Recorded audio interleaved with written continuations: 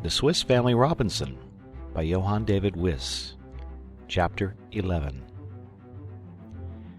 My anxiety kept me awake till near morning, when, after a short sleep, I rose, and we were soon all at work.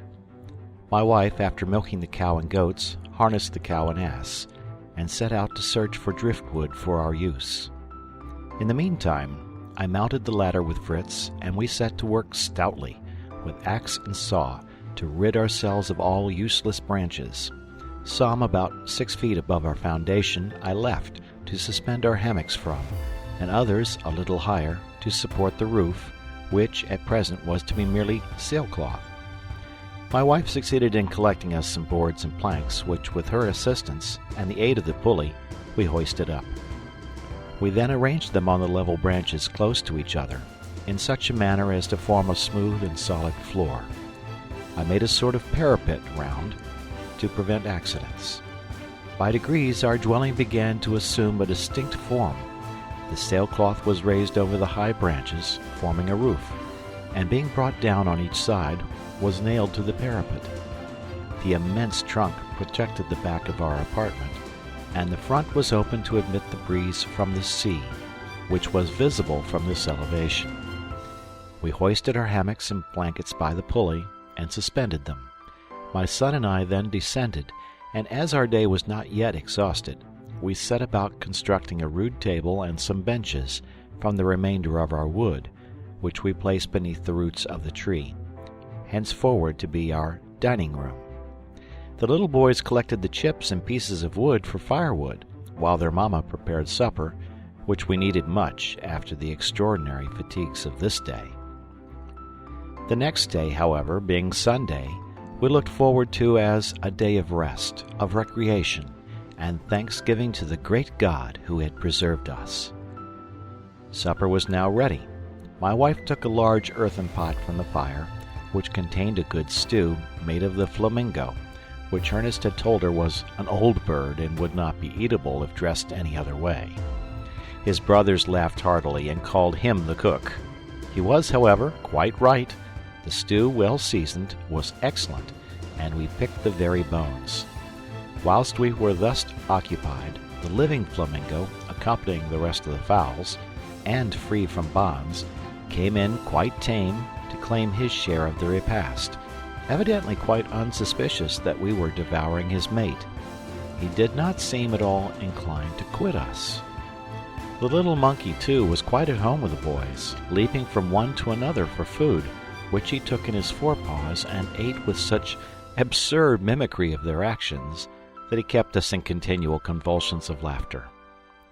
To augment our satisfaction, our great sow, who had deserted us for 2 days, returned of her own accord, grunting her joy at our reunion. My wife welcomed her with particular distinction, treating her with all the milk we had to spare, for as she had no dairy utensils to make cheese and butter, it was best thus to dispose of our superfluity. I promised her on our next voyage to the ship to procure all these necessaries. This she could not, however, hear of without shuddering. The boys now lighted the fires for the night. The dogs were tied to the roots of the tree as a protection against invaders, and we commenced our ascent. My 3 eldest sons soon ran up the ladder. My wife followed with more deliberation, but arrived safely. My own journey was more difficult, as, besides having to carry Francis on my back, I had detached the lower part of the ladder from the roots, where it was nailed, in order to be able to draw it up during the night. We were thus as safe in our castle as the knights of old when their drawbridge was raised. We retired to our hammocks, free from care, and did not wake till the sun shone brightly in upon us. End of chapter. Chapter 12. Next morning, all awoke in good spirits. I told them that on this, the Lord's Day, we would do no work, that it was appointed not only for a day of rest, but a day when we must, as much as possible, turn our hearts from the vanities of the world to God Himself, thank Him, worship Him, and serve Him. Jack thought we could not do this without a church and a priest, but Ernest believed that God would hear our prayers under his own sky, and Papa could give them a sermon. Francis wished to know if God would like to hear them sing the beautiful hymns Mama had taught them, without an organ accompaniment. "Yes, my dear children," said I, "God is everywhere, and to bless him, to praise him in all his works, to submit to his holy will, and to obey him, is to serve him. But everything in its time. Let us first attend to the wants of our animals and breakfast, and we will then begin the services of the day by a hymn." We descended and breakfasted on warm milk, fed our animals, and then, my children and their mother seated on the turf, I placed myself on a little eminence before them, and after the service of the day, which I knew by heart, and singing some portions of the 119th Psalm, I told them a little allegory. There was once on a time a great king, whose kingdom was called the land of light and reality, because there reigned there constant light and incessant activity. On the most remote frontier of this kingdom, towards the north, there was another large kingdom, equally subject to his rule, and of which none but himself knew the immense extent. From time immemorial, an exact plan of this kingdom had been preserved in the archives. It was called the land of obscurity, or night, because everything in it was dark and inactive. In the most fertile and agreeable part of the empire of reality, the king had a magnificent residence called the Heavenly City, where he held his brilliant court. Millions of servants executed his wishes. Still more were ready to receive his orders. The first were clothed in glittering robes, whiter than snow, for white was the color of the great king, as the emblem of purity. Others were clothed in armor, shining like the colors of the rainbow, and carried flaming swords in their hands. Each, at his master's nod, flew like lightning to accomplish his will. All his servants, faithful, vigilant, bold, and ardent, were united in friendship, and could imagine no happiness greater than the favor of their master. There were some less elevated, who were still good, rich, and happy in the favors of their sovereign, to whom all his subjects were alike, and were treated by him as his children. Not far from the frontiers, the great king possessed a desert island, which he desired to people and cultivate, in order to make it, for a time, the abode of those of his subjects whom he intended to admit by degrees into his heavenly city, a favor he wished to bestow on the greatest number possible. This island was called Earthly Abode, and he who had passed some time there worthily was to be received into all the happiness of the heavenly city. To attain this, the great king equipped a fleet to transport the colonists, whom he chose from the kingdom of night, to this island, where he gave them light and activity, advantages they had not known before. Think how joyful their arrival would be. The land was fertile when cultivated, and all was prepared to make the time pass agreeably, till they were admitted to their highest honors. At the moment of embarkation, the great king sent his own son, who spoke thus to them in his name: "My dear children, I have called you from inaction and insensibility to render you happy by feeling, by action, by life. Never forget I am your king, and obey my commands, by cultivating the country I confide to you. Every one will receive his portion of land, and wise and learned men are appointed to explain my will to you. I wish you all to acquire the knowledge of my laws, and that every father should keep a copy to read daily to his children, that they may never be forgotten. And on the first day of the week you must all assemble as brothers in one place to hear these laws read and explained. Thus it will be easy for everyone to learn the best method of improving his land, what to plant, and how to cleanse it from the tares that might choke the good seed. All may ask what they desire, and every reasonable demand will be granted. if it be conformable to the great end. If you feel grateful for these benefits, and testify it by increased activity, and by occupying yourself on this day in expressing your gratitude to me, I will take care this day of rest shall be a benefit and not a loss. I wish that all your useful animals, and even the wild beasts of the plains, should on this day repose in peace. He who obeys my commands in earthly abode shall receive a rich reward in the heavenly city. But the idle, the negligent, and the evil-disposed shall be condemned to perpetual slavery or to labor in mines in the bowels of the earth. From time to time, I shall send ships to bring away individuals to be rewarded or punished as they have fulfilled my commands. None can deceive me. A magic mirror will show me the actions and thoughts of all. The colonists were satisfied and eager to begin their labor. The portions of land and instruments of labor were distributed to them, with seeds and useful plants and fruit trees. They were then left to turn these good gifts to profit. But what followed? Everyone did as he wished. Some planted their ground with groves and gardens, pretty and useless.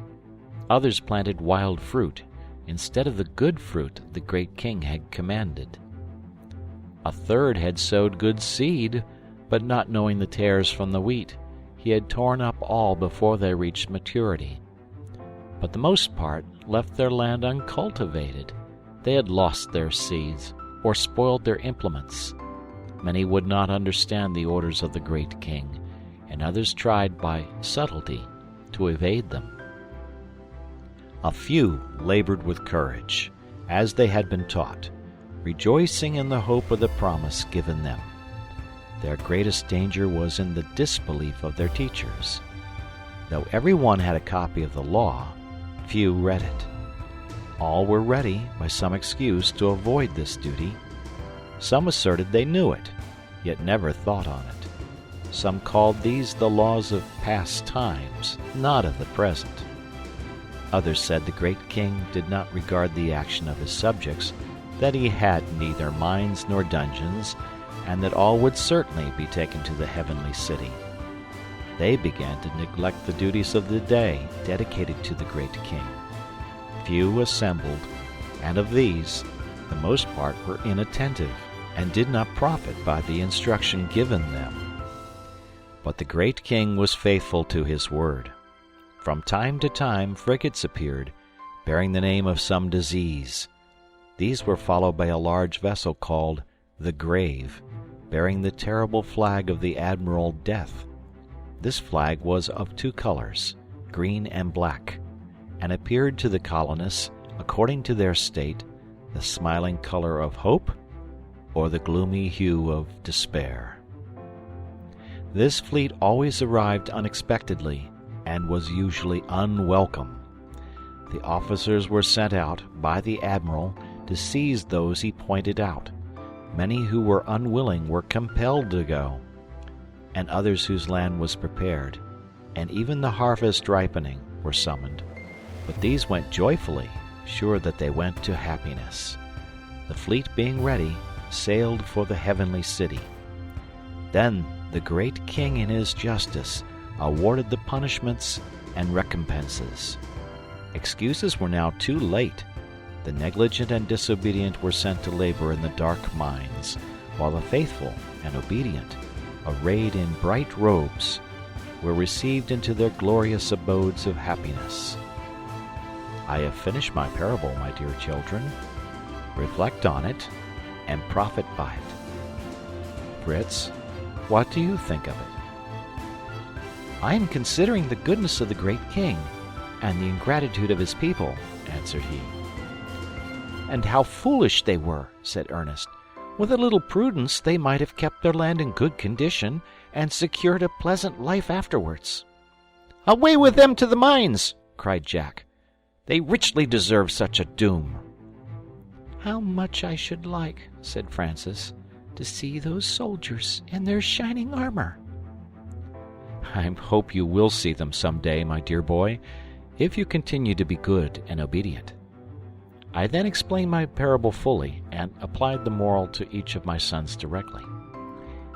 "You, Fritz, should take warning from the people who planted wild fruit and wish to make them pass for good fruit, such as those who are proud of natural virtues, easy to exercise, such as bodily strength or physical courage, and place these above the qualities which are only attained by labor and patience. You, Ernest, must remember the subjects who laid out their land in flowery gardens, like those who seek the pleasures of life rather than the duties. And you, my thoughtless Jack, and little Francis, think of the fate of those who left their land untilled or heedlessly sold tares for wheat. These are God's people who neither study nor reflect, who cast to the winds all instruction, and leave room in their minds for evil. Then let us all be, like the good laborers of the parable, constantly cultivating our ground, that when death comes for us, we may willingly follow him to the feet of the great King, to hear these blessed words, 'Good and faithful servants, enter into the joy of your Lord.'" This made a great impression on my children. We concluded by singing a hymn. Then my good wife produced from her unfailing bag a copy of the Holy Scripture, from which I selected such passages as applied to our situation, and explained them to my best ability. My boys remained for some time thoughtful and serious, and though they followed their innocent recreations during the day, they did not lose sight of the useful lesson of the morning, but by a more gentle and amiable manner showed that my words had taken effect. The next morning Ernest had used my bow, which I had given him, very skillfully, bringing down some dozens of small birds, a sort of ortolan, from the branches of our tree where they assembled to feed on the figs. This induced them all to wish for such a weapon. I was glad to comply with their wishes, as I wished them to become skillful in the use of these arms of our forefathers, which might be of great value to us when our ammunition failed. I made 2 bows and 2 quivers to contain their arrows, of a flexible piece of bark, and attaching a strap to them, I soon armed my little archers. Fritz was engaging in preparing the skin of the margay with more care than Jack had shown with that of the jackal. I showed him how to clean it by rubbing it with sand in the river till no vestige of fat or flesh was left, and then applying butter to render it flexible. These employments filled up the morning till dinner time came. We had Ernest's ortolans and some fried ham and eggs, which made us a sumptuous repast. I gave my boys leave to kill as many ortolans as they chose, for I knew that, half roasted and put into casks, covered with butter, they would keep for a length of time, and prove an invaluable resource in time of need. As I continued my work making arrows and a bow for Francis, I intimated to my wife that the abundant supply of figs would save our grain, as the poultry and pigeons would feed on them, as well as the ortolans. This was a great satisfaction to her, and thus another day passed, and we mounted to our dormitory to taste the sweet slumber that follows a day of toil. End of chapter.